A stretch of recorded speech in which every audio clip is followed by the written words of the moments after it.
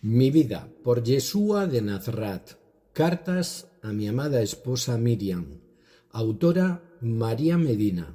Voz Salvador Corazón. Capítulo 73. Los endemoniados de Gadara. En aquel tiempo, a todos aquellos que padecían alguna enfermedad mental o nerviosa, ya fuera una demencia, esquizofrenia, histeria o cualquier otra, se les llamaba endemoniados.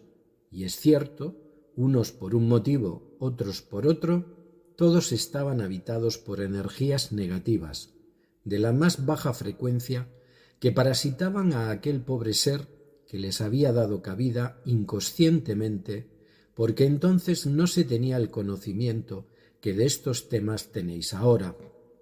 Estas personas vivían dominadas por esos seres oscuros que habitaban en ellos y realizaban actos extraños, muchas veces agresivos y violentos, que asustaban a las personas que estaban cerca de ellos. Este fue el caso de dos hombres que vivían en la región de Gadara, al otro lado del lago opuesto a nuestras ciudades. Subsistían de lo que algunos, entre temerosos y piadosos, los llevaban para comer o vestirse. En estos parajes no solamente habitaban estos dos hombres en un estado de total locura, sino algunos más, que se habían congregado allí y que vivían en las numerosas cuevas de las montañas de la zona. Es cierto que aterrorizaban a los habitantes de los pueblos de los alrededores, porque la mayoría eran agresivos. Incluso uno de ellos, uno de los más peligrosos, debía permanecer encadenado para no hacer daño a ningún viajero. Este era el lugar en el que aquella comunidad de pobres enfermos vivía, en un paraje lleno de cuevas por el que nosotros, en aquel momento, estábamos atravesando. Íbamos, como digo, durante uno de estos días de nuestra estancia allí, en estas tierras, caminando hacia una de las aldeas para hablar y visitar a los enfermos, cuando aparecieron en mitad del camino dos de estos hombres.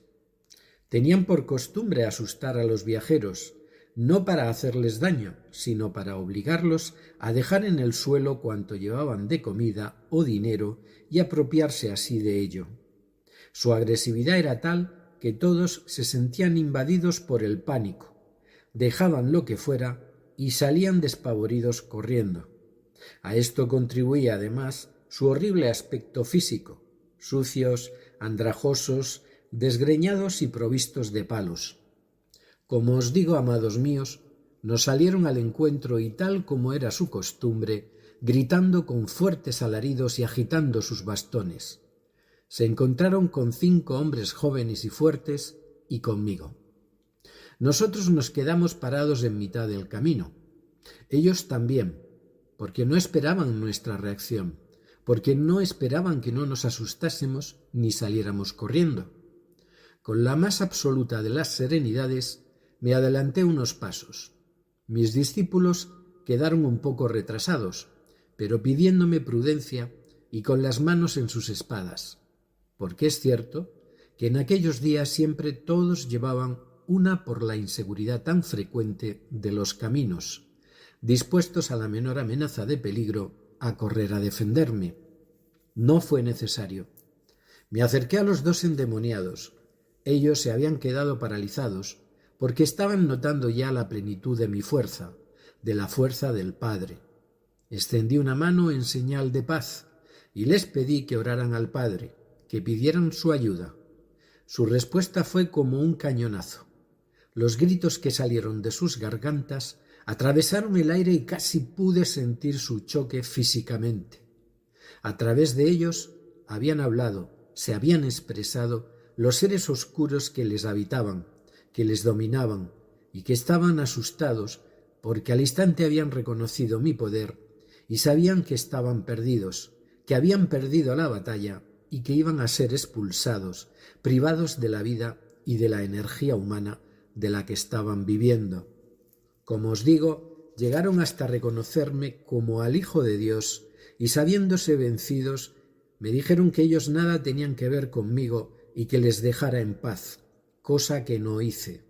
Me pidieron alojarse en algún otro ser viviente, porque si no, morirían. Y esto fue lo que hice. Les expulsé con una orden tajante.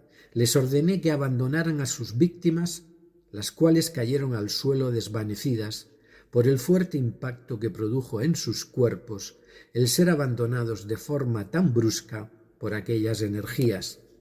Estos seres oscuros se dispersaron por un campo cercano. Es cierto que cerca de allí había una gran piara de puercos, que al sentir la proximidad de estos seres, hacia los que los animales tienen una fuerte sensibilidad, se dispersaron corriendo enloquecidos. Pero no es cierto que se arrojaran al mar. Nunca hice eso. Únicamente a los pastores les costó un poco volver a reunirles, y sí, es verdad que se asustaron mucho al ver lo que había sucedido. En primer lugar, habían visto cómo sus cerdos corrían desorbitados, y en segundo, los dos antiguos endemoniados, libres, pacíficos y tranquilos. Estaban hablando con todo nuestro grupo. Les ayudamos a asearse y les aconsejamos partir hacia otros lugares para empezar de nuevo su vida, ya que allí existía una gran desconfianza hacia ellos y no hubiera sido posible para ellos integrarse en la vida de sus pueblos. Después de haber realizado la sanación de estos dos hombres, cuando todo volvió a la calma, les pedí que me guiaran hacia las cuevas en las que habitaban, porque yo sabía que allí quedarían algunos hombres más necesitados de ayuda. En efecto, llegamos hasta el oscuro lugar en el que había varios seres humanos desahuciados, viviendo en unas horribles condiciones infrahumanas de suciedad y abandono. Nadie se había atrevido a acercarse a ellos en mucho tiempo. Me adelanté un poco hacia una de las cuevas, siempre con vosotros tras de mí, porque ibais atentos a la menor señal de agresión que se pudiera producir por parte de alguno de ellos. Pero esta vez tampoco fue necesario, porque al verme entrar, un pobre hombre que se encontraba encadenado se replegó y quedó encogido en un rincón.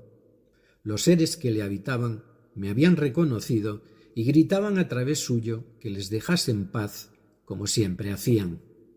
Pregunté sus nombres y me contestaron que su nombre era Legión, porque eran muchos, y entonces, con una fuerte voz, les ordené que salieran de su víctima, cosa que inmediatamente hicieron, dejándole tranquilo y descansado. Como habíamos hecho antes con sus compañeros, le lavamos, le vestimos y le dijimos que se fuera hacia otro lugar para comenzar de nuevo su vida. Me pidió acompañarnos y yo le dije que no podía, pero que fuera a su pueblo a contar lo que había sucedido, para ser testigo de un prodigio realizado en él, y así lo hizo, extendiendo aún más por aquellas tierras la presencia y personalidad del Rabí de Galilea. Es cierto que algunos habitantes de aquel lugar sí me pidieron que me fuera, porque estaban asustados y me tomaron por uno de aquellos magos no demasiado claros. Eso fue todo, y todavía hoy, al relatar estos hechos, sonrío. Con todo mi amor, Yeshua.